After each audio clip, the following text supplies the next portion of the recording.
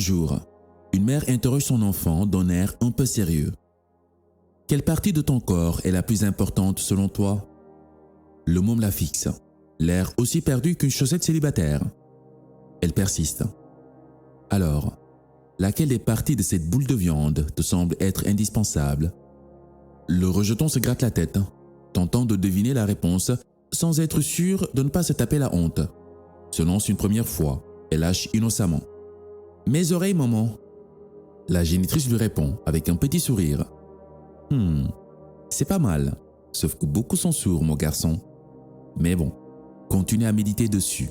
On en reparle dans quelques années. » Le temps s'écoule, mais l'enfant n'oublie pas la question existentielle.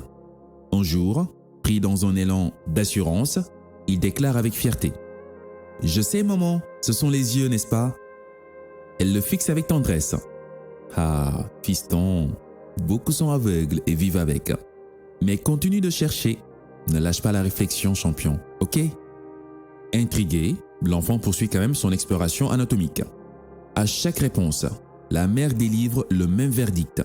« Tu t'améliores, continue à fouiller, mon fils. » Puis, un jour funeste, le grand-père décède.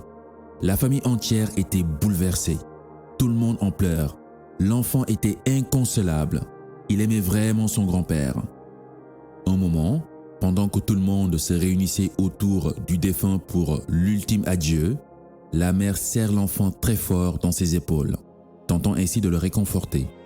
Après quelques minutes, elle chuchote à son oreille. « Sais-tu quelle partie du corps est vraiment importante, mon garçon ?» Choqué, pensant que ce n'est pas du tout le moment, l'enfant fronce les sourcils. La mère insiste quand même. « Cette question va donner un sens à ta vie, mon chou.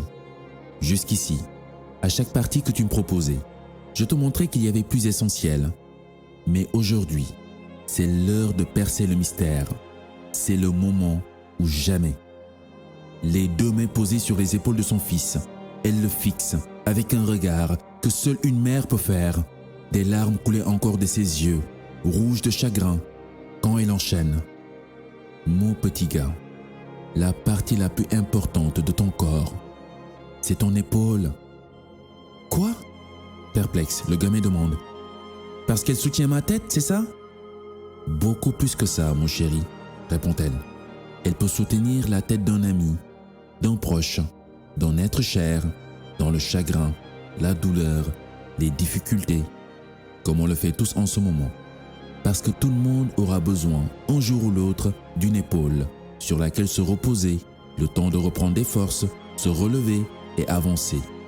Et mieux encore, les épaules peuvent aussi servir dans la joie. Un bon câlin se fait toujours à deux. Le bonheur est réel que lorsqu'il est partagé. Mon garçon, les épaules peuvent supporter dans la peine, comme dans la joie, dans le malheur, comme dans le bonheur, dans l'échec, comme dans le succès. Ce n'est pas la partie en elle-même qui est importante, mais ce que tu en fais et en quoi c'est utile au monde.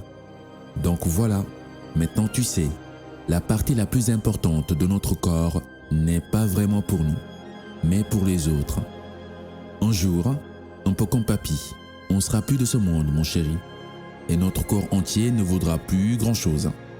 Mais d'ici là, on peut toujours s'en servir en ayant les épaules solides, garder la tête haute et soutenir tant qu'à faire pour un monde meilleur.